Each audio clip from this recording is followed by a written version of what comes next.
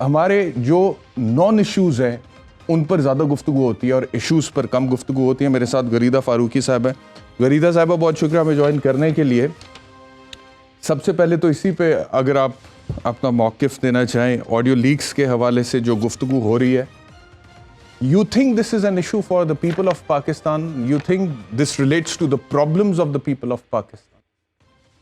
دو تین معاملات ہیں. آپ کے اس سوال کا جواب بیرسٹر احتشام صاحب اتنا آسان نہیں ہوگا. ایک تو اس کا قانونی پہلو ہے جو کہ آپ خود بیرسٹر ہیں, آپ نے اس کی وضاحت بھی کر دی کہ کس طرح سے کنڈیشنلائزڈ ہے یہ سب چیزیں اور کن کنڈیشنز میں اس کی اجازت دی جا سکتی ہے. لیکن دوسری طرف ہمارے پاس پاکستان کی گراؤنڈ ریئلٹیز بھی موجود ہیں جس میں سابق وزیر اعظم عمران خان جن سے منسوب مبینہ یہ آڈیوز سامنے آ رہی ہیں جن کے بارے میں ابھی پتہ نہیں ہے کہ یہ آڈیوز اصلی ہیں کہ جعلی ہیں, کہاں سے آئی ہیں, کس وجہ سے آئی ہیں. دیکھیں دو چیزیں ہیں. ایک بات ہے کہ عوام کے ایشوز کیا ہیں. ڈیفینیٹلی یہ عوام کے ایشو کے ساتھ عوام کے آٹے, روٹی, دال, سبزی, چکن, گوشت, انڈے اس کے بھاؤ کے ساتھ ان کا کوئی تعلق نہیں ہے. لیکن ان اٹ سیلف یہ آڈیوز میرے لیے کم از کم, یہ میرا موقف ہے کہ میرے لیے ایک ایشو ضرور ہے کیونکہ کسی بھی لیڈر کی, اور میرا یہ اپنا موقف ہے, آپ اس سے ڈس ایگری کر سکتے ہیں, کسی بھی لیڈر کی, خاص طور پہ سیاسی لیڈر کی, پبلک لیڈر کی ذاتی زندگی نہیں ہوتی. آپ کو یاد ہوگا امریکہ میں بل کلنٹن کا مونیکا لیونسکی کے ساتھ ایک معاہدہ, ایک مواشقہ, باوجود اس کے کہ بل کلنٹن کی امپیچمنٹ یہ ایکسٹرا میرٹل افیئر رکھنے کی وجہ سے نہیں ہوئی تھی, جھوٹ بولنے کی وجہ سے ہوئی تھی کہ آپ نے آن اوتھ جھوٹ بولا تھا کہ آپ کا یہ افیئر نہیں ہے. لیکن بہرحال اس وقت کے میڈیا میں یہ ڈبیٹ ضرور جنریٹ ہوئی تھی جس کے بعد ہلری کلنٹن کو کئی سالوں تک ان کے آفٹر شاکس کا, اس کے آفٹر مارکس کا جو ہے سامنا بھی کرنا پڑا کہ ہلری کلنٹن نے اپنی شادی ختم کیوں نہیں کر دی بل کلنٹن کے ساتھ. تو یہ ایک دنیا کا بڑا شورائے آفاق اور اس کی مثالیں بھی جاتی ہیں, یہ ایک ایسا کیس ہے. پھر ہمارے سامنے سابق وزیر اعظم عمران خان صاحب ہیں کہ جو ایک اخلاقی معیار کی تبلیغ کرتے ہیں, ریاست مدینہ کی وہ بات کرتے ہیں, انسان کے اخلاقی معیار کی وہ بہتری کی بات کرتے ہیں, نوجوانوں کی تربیت کی بات کرتے ہیں. وہ یہ کہتے ہیں کہ خواتین کے کپڑے ان کے ریپ کا باعث بنتے ہیں. وہ یہ بتاتے ہیں کہ آپ کے گھروں میں جو موبائل فون ہے وہ آپ کے ہاں فحاشی کا ایک ذریعہ ہے. آپ کو سب ان کی تقاریر معلوم ہے. تو جب آپ اتنے ہائر مورل گراؤنڈ پہ, ہائر مورل پیڈسٹل پہ موجود ہوتے ہیں تو پھر آپ کی ایک ایک بات آپ کی پبلک اسکروٹنی کے لیے موجود ہوتی ہے. اس پہ پبلک اسکروٹنی پبلک کا حق ہے. اور میں پہلے گزارش کر چکی ہوں کہ کسی بھی سیاسی لیڈر کی, ویسے احتشام صاحب آپ ایک سیاسی لیڈر نہیں ہیں, آپ کی ذاتی زندگی پہ کوئی بات کرے گا میں اسے غلط کہوں گی. عامر جیسا آپ کی ذاتی زندگی پہ کوئی بات کرے گا کیونکہ ہم سیاسی لیڈر نہیں ہیں, ہم پبلک فگرز ہیں لیکن ہم سیاسی لیڈرز نہیں ہیں, ہم عوام کے نمائندے نہیں ہیں. جب آپ عوام کے نمائندے ہوتے ہیں تو آپ کی ایک ایک چیز پبلک کی اسکروٹنی کی حقدار ہوتی ہے, ذمہ دار بھی ہوتی ہے. اور یہی آپ کو کہا ہے آپ کے دین نے بھی, آپ کے رسول صلی اللہ علیہ وسلم نے بھی, انہوں نے بھی یہی سکھایا ہے. ان کی ذاتی زندگی بھی اسکروٹنی کے قابل تھی. حضرت عائشہ رضی اللہ تعالیٰ عنہا پر جب الزام لگا تھا,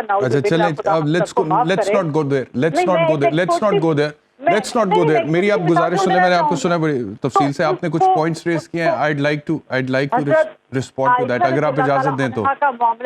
میں کہہ رہا ہوں کہ let's not go there. آج ہم لوگ بڑے گنہگار سے لوگ ہیں آج کل. آپ دیکھیں 21ویں صدی میں ہم رہ رہے ہیں تو let's not go there. ایک دوسرے انسان کی اتنی حیثیت یا اوقات نہیں ہے کہ جس جگہ پر خدا نے ایک انسان کو جج کرنا ہے اس کے کیریکٹر کے حوالے سے, اس کی ذاتی زندگی کے کیریکٹر کے حوالے سے, اس جگہ پہ ایک دوسرا انسان اس انسان کو جج کرو. نو.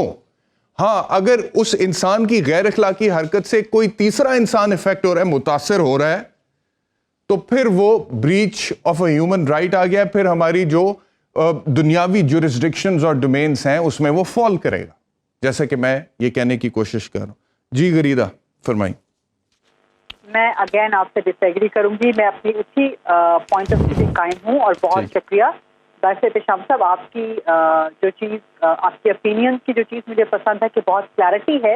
اس کلیئرٹی کو آپ فیکٹس اینڈ فگرس کے ساتھ اسٹرانگ بناتے ہیں, اس کو اسٹرینتھ دیتے ہیں, پھر آپ اس کو پریزنٹ کرتے ہیں. لیکن ڈبیٹ تبھی آگے بڑھتی ہے جب دو مختلف آرا, دو مختلف پہلو سامنے ہیں. تو یہاں پر ڈبیٹ جنریٹ ہو رہی ہے. ایک آپ کا پوائنٹ آف ویو ہے, ایک میرا پوائنٹ. میرا پوائنٹ آف ویو وہی ہے کہ حکمران کی ذاتی زندگی نہیں ہوتی.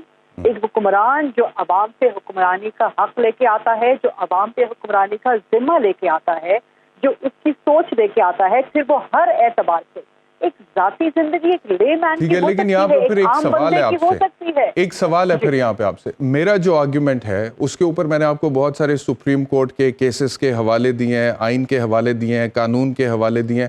جو آپ کہہ رہی ہیں کہ کسی سیاستدان کی ذاتی زندگی ہوتی نہیں ہے، اس پہ کوئی ایک حوالہ آپ بھی تو دیں نا. کس بنیاد پہ آپ کہہ رہے ہیں؟ میں قانون دان چونکہ ہوں نہیں تو آپ قانونی سوال مجھ سے نہ ہی کریں، لیکن آئی ایم شیور کہ اس سے بہت سے قانون قانون سے ہٹ کے کوئی حوالہ دے دیں، سامنے رکھ سکتے ہیں. قانون سے میں ہٹ کے صرف کوئی حوالہ اخلاقی پہلو بیان کر رہی ہوں. میں اس ایک پاکستان کے شہری ہونے کی حیثیت سے اپنا اوپینین دے رہی ہوں کہ جو ٹیکس کا پیسہ ادا کرتا ہے، جس کا ٹیکس کا پیسہ ان تمام حکمرانوں کے پاس جاتا ہے. لیکن میں نے اپنی ڈیبیٹ کا، اپنے اوپینین کا آغاز یہاں سے کیا تھا کہ ابھی تو ہمیں معلوم ہی نہیں ہے کہ کیا یہ آڈیوز واقعی عمران خان کی ہیں، کیا اس کی اینڈ پہ واقعی وہ خاتون ہیں کہ جن کا ذکر کیا جا رہا ہے. ہو سکتا ہے وہ خاتون نہ ہو اور پھر ہم ایک خاتون کی بلا وجہ اس کے نام کی بدنامی کا باعث بھی بن رہے ہوں پاکستان جیسے معاشرے میں کہ جہاں پہ خواتین کو بدنام میں تو یہ سمجھتا ہوں غریدہ، ایک جملہ پھینک دینا یہ کافی ہوتا ہے. میں یہ سمجھتا ہوں کہ ایک جملہ مجھے کہنا جی دوسرا جو آپ نے اپنے انٹروڈکشن میں آغاز کیا تھا، میں 100% اس سے ایگری کرتی ہوں اور میں نے بھی یہی گزارش کی تھی کہ یہ عوام کے ایشوز کے ساتھ اس کا تعلق نہیں ہے. ڈائریکٹ مہنگائی کتنی ہے، معیشت کتنی ہے، خراب ہے. ڈالر اس وقت آپ اس کی حالت دیکھ لیں، امپورٹ ایکسپورٹ بالکل ٹھپ ہو کے رہ گئی ہے. گیس نہیں مل رہی انڈسٹریز کو، فیول نہیں مل رہا انڈسٹریز کو. یہ عوام سیلاب زدگان کی حالت آپ دیکھ لیں. پنجاب میں ہم روزانہ ڈیبیٹ کر رہے ہیں کہ جی آج کون سا وزیر اعلیٰ ہوگا، پرویز الہی ہوگا، حمزہ شہباز ہوگا، کوئی جیالہ ہوگا. لیکن جو سیلاب زدگان پنجاب میں، ساؤتھ پنجاب میں، میرے علاقے میں ابھی تک بیچارے کھلے آسمان تلے پڑے ہیں، کوئی ان کی بات نہیں کر رہا ہے. تو یہ آپ کی گفتگو سے بھی میں ایگری کرتی ہوں کہ یہ نان ایشوز ہیں. But then again, why are we spending, why are we wasting the whole of this program on this non-issue? Just to tell people کہ don't waste your time. Just to tell people don't waste your time. So let's not waste our time and let's not waste people's time as well. نہیں لیکن دیکھیں اتنے بڑے پیمانے پہ وہ وقت ضائع ہو رہا ہے اس کے اوپر، تو اس وجہ سے کچھ وقت ہمیں ضائع کرنا ہی پڑنا تھا لوگوں کو بتانے کے لیے کہ اس کی قانونی بنیاد ہے کیا. مطلب کہ you can't build a superstructure over a foundation which is illegitimate. آپ نے بہت اچھے طریقے سے، مجھے بھی آپ سے سیکھنے کا موقع ملا جس طرح سے آپ نے قانون کے حوالہ جات دیے ہیں.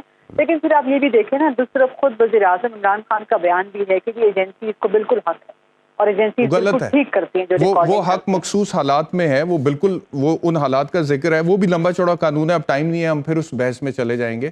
لیکن میں آپ کو کسی اور دن کسی اور پروگرام میں اس پہ ذکر کر لیں گے کن حالات میں. میں بڑی تفصیل سے وہ بتا دوں گا کہ کن حالات میں، اور ہے بالکل ہے، اس میں کوئی شک نہیں، لیکن وہ مخصوص حالات میں. اچھا آپ نے بالکل ٹھیک، آپ دوسرے ایشوز کی طرف چلتے ہیں. اور جہاں نیشنل سیکیورٹی کا ایشو ہو وہاں پہ الاؤ کیا جاتا ہے. جی اور اس میں یہ ہے کہ ایک مینڈیٹری پروسیس ہے، ایک نوٹیفیکیشن جو بھی متعلقہ ادارہ کرنا چاہتا ہے سرویلنس، وہ پہلے نوٹیفیکیشن ایشو کرے. اس ادارے کا جو 20ویں گریڈ کا کم سے کم افسر ہے وہ نوٹیفیکیشن کرے، پھر رپورٹ بنائے، وہ report head of the department approve کرے، پھر وفاقی وزیر داخلہ اس کو اپروو کرے، پھر ڈیزگنیٹڈ جج of the high court warrant نکالے. پھر ان کو اگر جج صاحب کو لگے کہ اس کی بنیاد میں کوئی بدنیتی ہے تو وہ ڈینائی بھی کر سکتے ہیں سرویلنس. وہ پورا ایک پروسیجر ہے قانون میں. بہرحال عامر زیاد صاحب آپ کی طرف آتا ہوں. اچھا عامر صاحب سے ذرا، اچھا آڈیو کا ایشو ہے، دوبارہ کیجیے گا.